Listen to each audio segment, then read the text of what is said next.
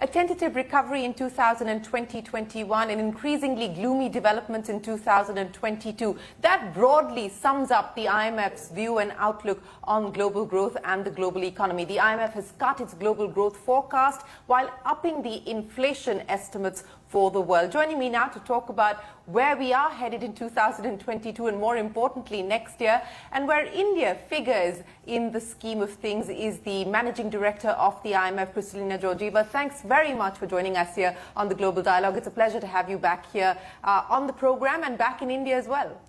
It is my great pleasure and honor to be on the program again. You know, let me start by talking to you about your visit here to India. You've spent the last 3 days here. You've met the Finance Minister, you've met the Prime Minister, and you will soon be meeting with the new President as well. I want to understand from you what your big takeaway is from the conversations that you've had here in India. First of all, that India, on this dark horizon you described, is a bright spot. And it is not by coincidence. It is the outcome of reforms India has undertaken, especially in the field of digitalization. And second, that India is truly poised for its big moment on international stage. As it takes over the G20 presidency, it has a lot to offer from its own experience, and it is going to be leading in a particularly challenging time, on the ground of its credibility as a country that has been serious about reforms and serious about leapfrogging in the 21st century. Well, you said that this is going to be India's big moment as it takes on the G20 presidency next year.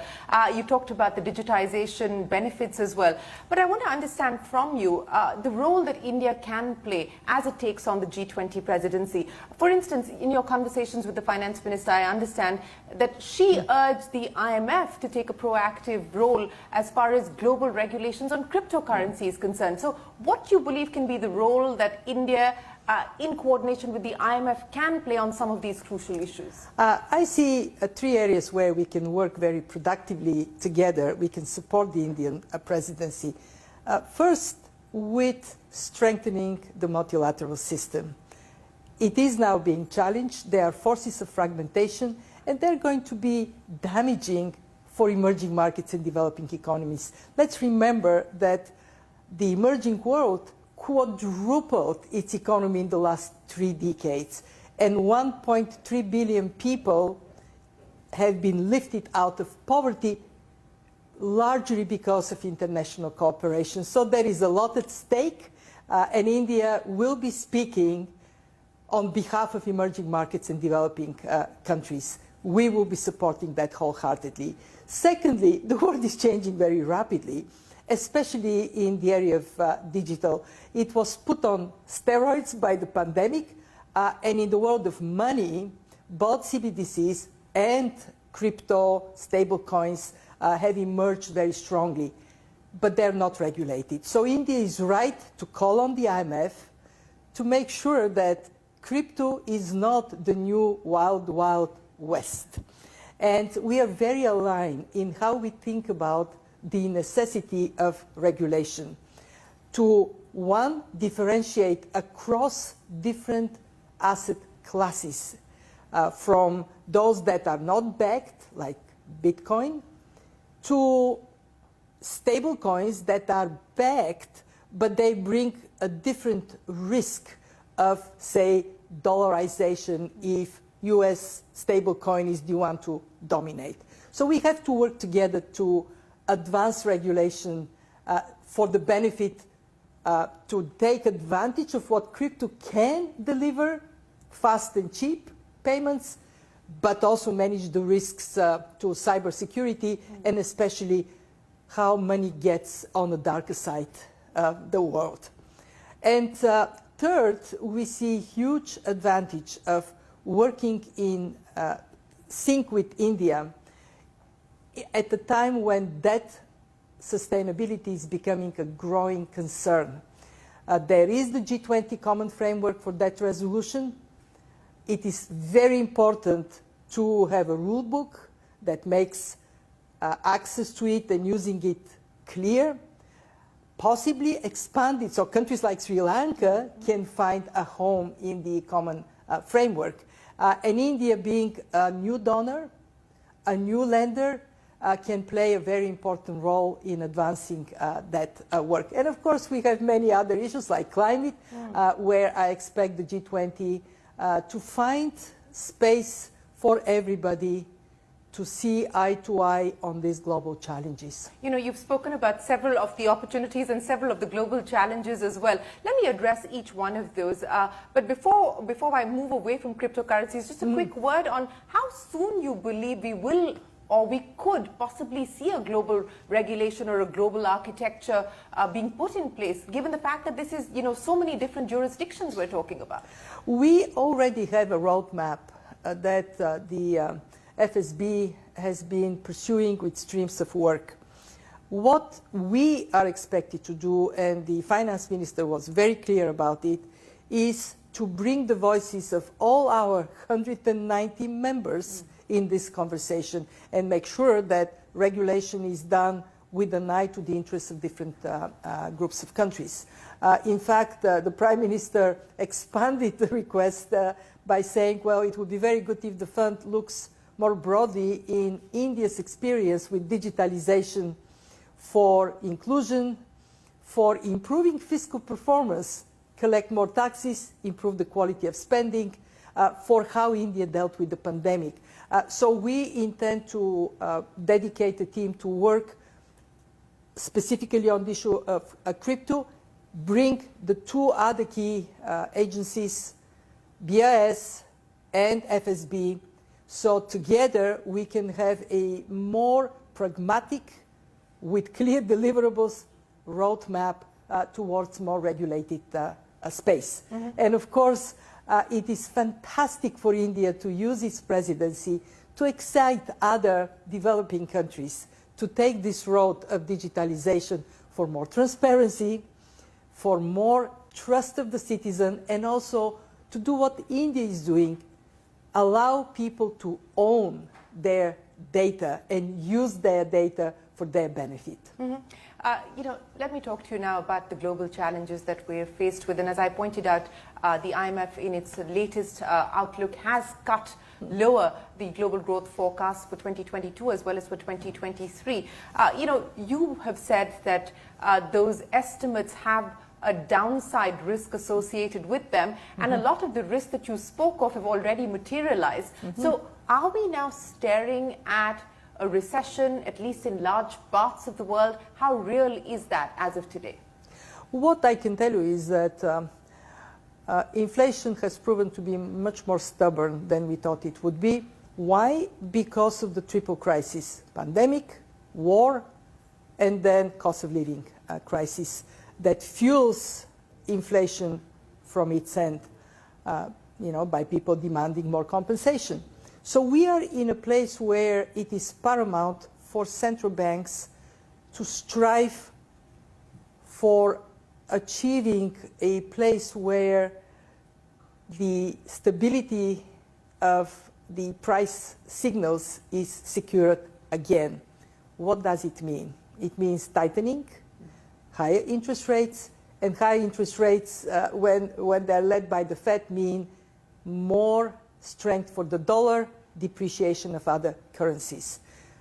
How would that impact growth? Negatively. I can tell you, we got, since we issued our last forecast, we got the second quarter, the world economy shrunk by 2%. India, by the way, is performing well on a quarter by quarter. It is over 13% growth, but even India is now underperforming vis-a-vis original projections. What does it mean for 2023? What it means is that this slowdown will translate into recession in some countries. It is early to say whether it would be widespread recession, but I can tell you, for many countries, even if they are in positive growth territory, it would feel like a recession if we are to just project the factors I described. And let's remember that Mother Nature this year has shown that we have been complacent for far too long.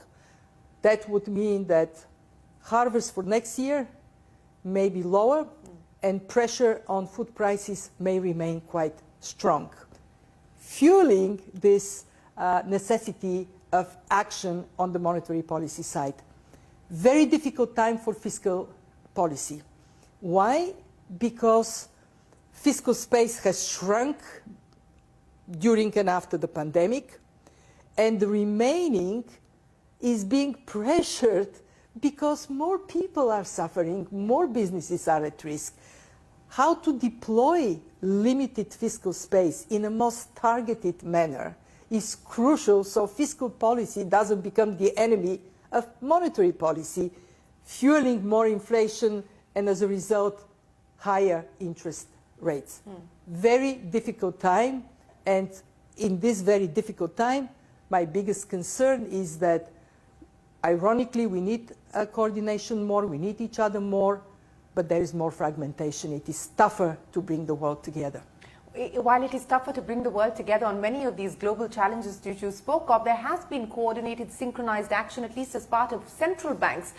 Since July of last year, we've seen 75 central banks move in terms of raising rates. The Fed has made its path clear. The ECB hiked rates by 75 basis points. You have urged policymakers to act now, or you believe that the pain will be exacerbated. How much more do you believe we are likely to see rates move higher before, inflation can be less of a challenge than it is today? We're still hoping that what has happened, and you're absolutely right, there has been synchronized action by central banks, will translate in 2023 in moderating inflation. Too early to say whether by the end of 2023 we can take a breath and say it is in the rear view mirror, but the trajectory is clear. We already see that in the United States. What is more concerning is synchronized fiscal policy, and we are still seeing quite a variety of response from the fiscal side. In some countries, supporting through energy subsidies or controlling energy prices, which is not the best use of public money. It is not targeted. So rich people benefit as well as poor people. That lack of synchronization towards more targeted, more effective fiscal policy is a concern. Why? Because of what I said, that can put fiscal policy and monetary policy in a clash, to be avoided. This is why what we are proposing is, when we come together for the annual meetings in October, to concentrate on shaping up the right fiscal policy response so we can have best deployment of scarce public money at this time. And I can tell you at the IMF, we are already stepping up for our vulnerable members. We have received a number of requests, including Sri Lanka, a country in your neighborhood. And we are very eager and able to provide support early. And my message to everybody is, if you see trouble down the road, come precautionary so we can help you to prevent a more difficult time, more pain ahead.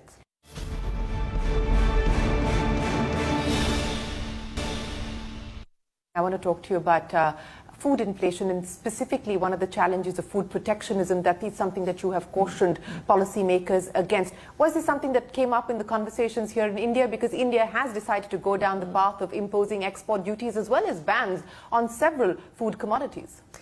We saw India using that kind of restriction, and then when conditions improve, removing these restrictions. And I very much hope it would be the case this time around. What India is experiencing is a harvest that is quite problematic because of weather conditions. And India has almost 1.4 billion people to feed. This being said, it is not in the interest of India to entice others to go for that kind of restriction, because it undermines open and free trade that is beneficial for India. So as India did last time around, when there was a restriction imposed and then it was relaxed, when there was clarity that the food situation is not as dramatic. I would really hope that we would see the same conscious and careful action this time around. The sooner, the better. You know, you spoke about Sri Lanka, and the IMF has reached an agreement with Sri Lanka and the current dispensation for about a 48-month period. How confident do you feel about that turnaround? And more importantly, you said that several other countries have also reached out to the IMF seeking extended help.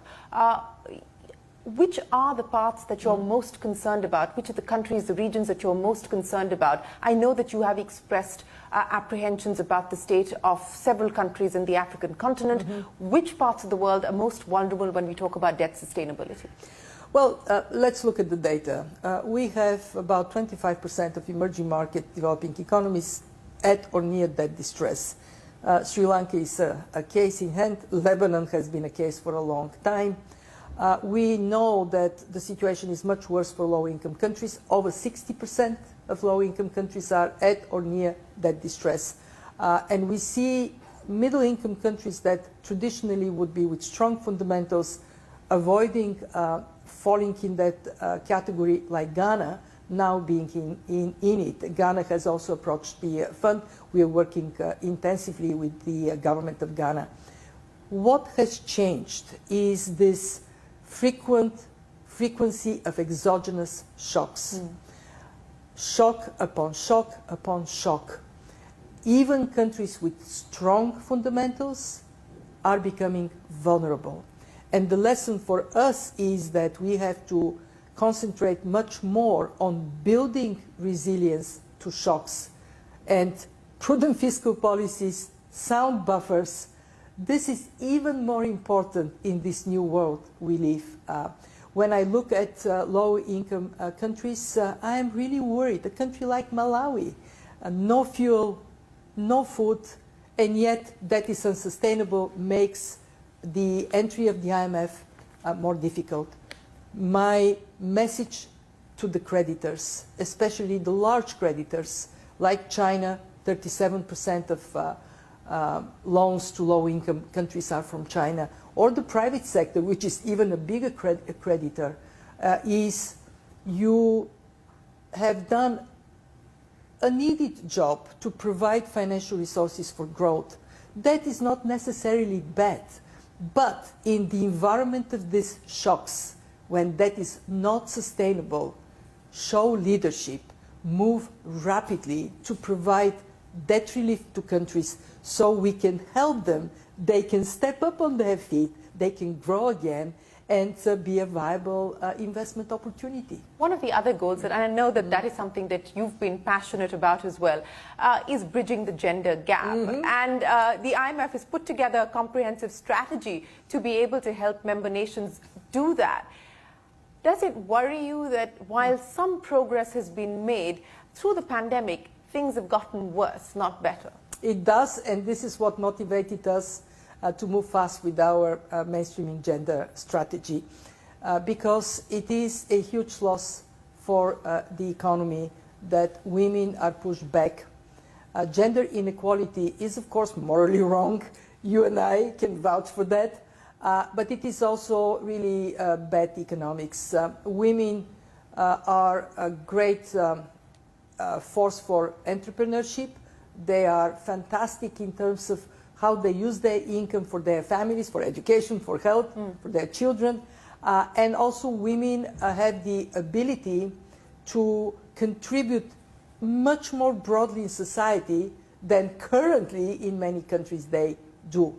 So what we think is viable for the fund, since we are about macroeconomic, financial stability, growth and employment, to pressure for gender-based budgeting, so governments think how their public money can bring this incredible resource into the marketplace, how we can get more inclusion of women, especially financial inclusion, and again, India is a bright spot in that regard as well, and how we can get the story of gender equality to be more about the well-being of families, communities, and countries than just about women.